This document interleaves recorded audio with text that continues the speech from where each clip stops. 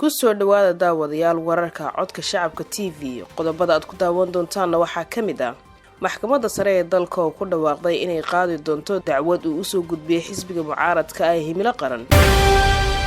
madaxweyne Farmaajo oo go'aan adag ka soo saaray xilal ay hayeen mas'uuliyiin dawladda ka tirsanaa oo ku geeriyooday qaraxii dawladda hoose ee dhacay 24 July sanadkan.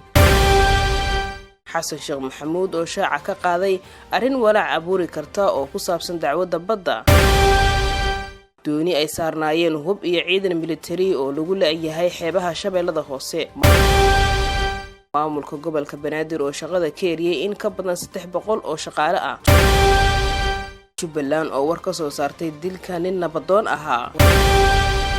wararka dibadda aad ku daawan doontaan codka shacabka TV waxaa kamid ah dadka Canada oo saakay u dareeray cod bixinta doorashada dalkaasi.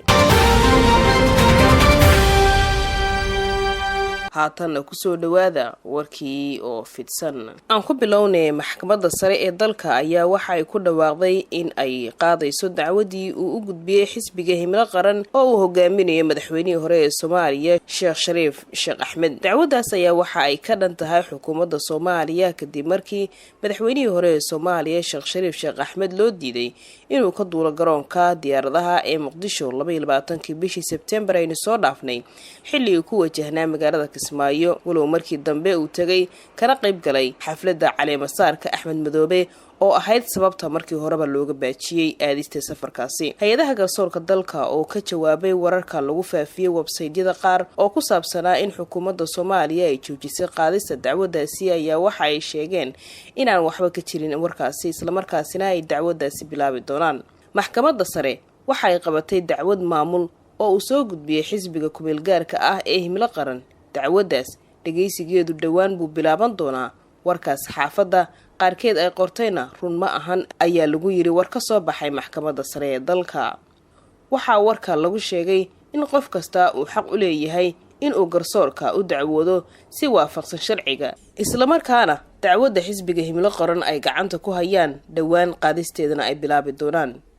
xisbiga Himilo Qaran oo uu hogaaminayo madaxweynihii hore ee Soomaaliya sida aanu hore u soo sheegnayba Sheekh Shariif Sheekh Axmed ayaa 6 bishan waxa ay ku dhawaaqeen inay dacwad ka dhan ah xukuumadda Soomaaliya ay u gudbiyeen maxkamadda sare ee dalka. hayeeshee la sugayo sida ay maxkamadda sare dacwadaasi u qaadi doonto. madaxweyne Farmaajo ayaa go'aan ka gaaray xilalka xubnihii lagu dilay qaraxii 24 July ka dhacay xarunta dawladda hoose ee Xamar.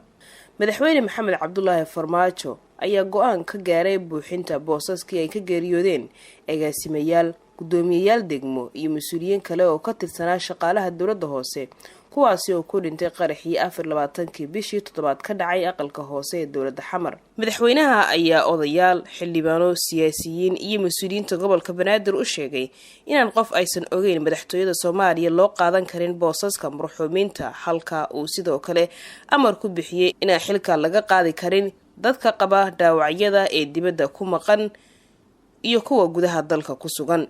amarka madaxweynaha oo aan ahayn mid horey lala wadaagay warbaahinta ayaa xogta aan helay waxay sheegaysaa inuu sidan u dhignaa. boosaska marxuumiinta geeriyooday kaliya waxaa buuxin kara qof ka mid ah qoysaskooda. waa dhaxaltooyo ma jirto qof dibadda looga keeni karo. waxaana loo bandhigayaa qoysaska ay ka geeriyoodeen shuhadadaasi xuquuqdii ay lahaayeen ayayna xaq u yeelanayaan ayuu yiri madaxweyne Farmaajo oo arrintaasi ka hadlayay. ma jirto wax xilka qaadis ah ama isku shaandhayn ah oo lagu sameyn karo boosaska mas'uuliyiinta dhaawacyada ah iyo kuwa kaleba ilaa ay ka soo bogsadaan shaqadoodana dib ugu soo laabtaan. xuquuqdooda lama taaban karo waxaana shaqadooda sii wadaya ku-xigeenadooda ayaa ugu dambeyn lagu soo gabagabeeyay warkaasi. madaxweynaha ayaa hadalkan amar ahaan u siiyay duqa gobolka Banaadir Cumar Maxamed Maxamuud Filish iyo xildhibaano u tagay oo doonayay in boosaska dadkaasi geeriyooday ay xilal cusub dad ugu magacaabaan. waa mid ka mid ah go'aanada taariikhda weli geli doona ee ka soo baxa xafiiska madaxweynaha Soomaaliya Maxamed Cabdullaahi Farmaajo inkasta uusan ahayn mid dibadda yaallo oo ay u soo bandhigeen shacabka Soomaaliyeed iyo warbaahinta. waalidiinta dadkii ku geeriyooday weerarkii ka dhacay gobolka Banaadir ayaa maalmihii la soo dhaafay qabay walaac ku saabsan in haddii dadkoodii ay waayeen haddana ay baqdin ka qabaan in ay waayi doonaan boosaskii ay ka baxeen oo dhaqan ahaan gudaha Soomaaliya loogu yeero magaca kursi dhiig leh.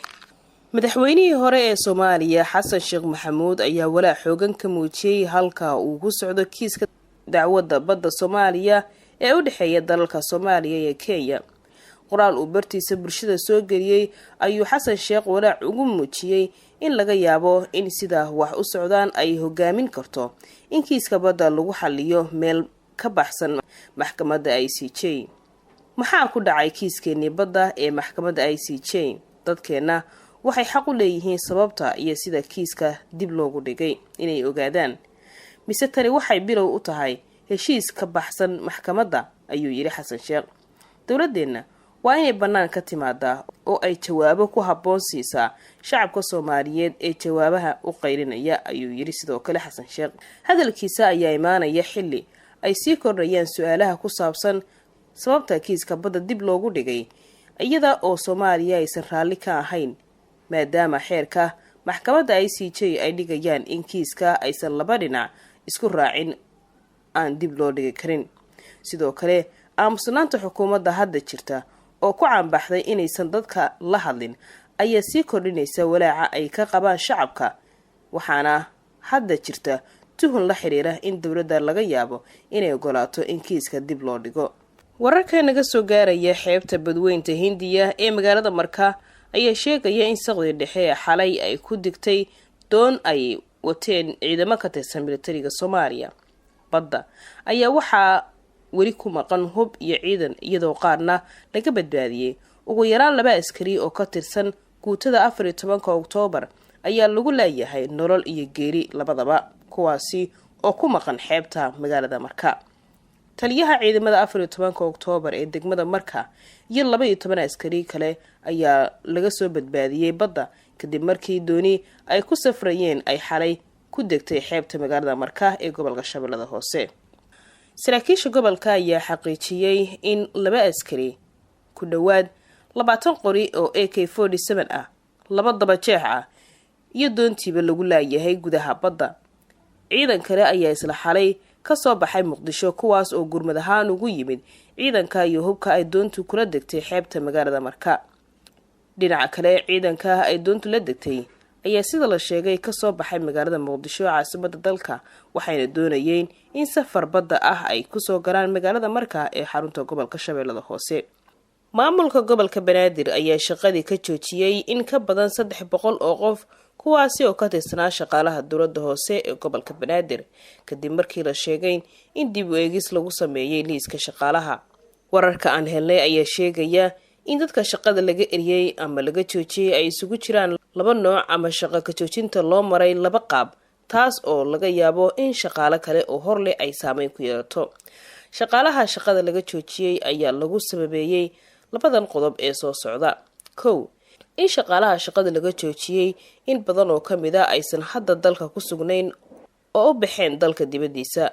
dadka maqan waxay isugu jiraan kuwa tahriibay, kuwa kale oo helay fursad dibadda ah oo dib la'aan ku tagay, iyo qaar ku maqan fasax laakiin laga saaray liiska shaqaalaha, iyo 2 oo ah in qaar kale laga dalbaday in dib u habeynta kadib ay la yimaadaan saxiix ama wakiil ka noqdo xildhibaan, kuwaasi oo heli waayay xildhibaanadooda halka markii hore ay ku joogeen saxiixa ama wakiilo ka ahaayeen odayaashooda dhaqanka iyo siyaasiyiinta aan xilalka haynin. qaar badan oo kamid ah shaqaalaha lagu sameeyay shaqo joojinta isla markaasina ku sugan magaalada Muqdisho ayaa sheegay inay leeyihiin xildhibaanadooda dowladda ka tirsan, maamulka gobolkana uu u diiday damiin qof aan ahayn xildhibaan. xildhibaankayga igama qabanayo mobilka, muddo dheer ayaa wacayay, fariin waan u diray, xataa oday dhaqan waa ka qaban waayay, guddiga waan tusiyay inuusan qabanayn fariinna ka jawaabayn, ayuu yiri qof kamid ah shaqaalaha laga eriyay shaqada oo warbaahinta la hadlay. xog kale oo aan helnay ayaa sheegaysa in ay jiraan dad ka badan 100 qof oo kale oo laga yaabo inay saameyso arrintan. boqolaal kamid ah shaqaalaha dowladda hoose ayaa qaba walaac xoog leh oo ku saabsan mustaqbalka shaqadooda, maadaama xildhibaanada ay u badan yihiin kuwa aan ka jawaabin fariimaha iyo wicitaanada qaar. maamul goboleedka Jubbaland ayaa si kulul uga hadlay dil xalay magaalada Kismaayo lagu geystay nabadoon Xaaji Siciid Ciise Cabdi oo kamid ahaa ganacsatada Jubbaland.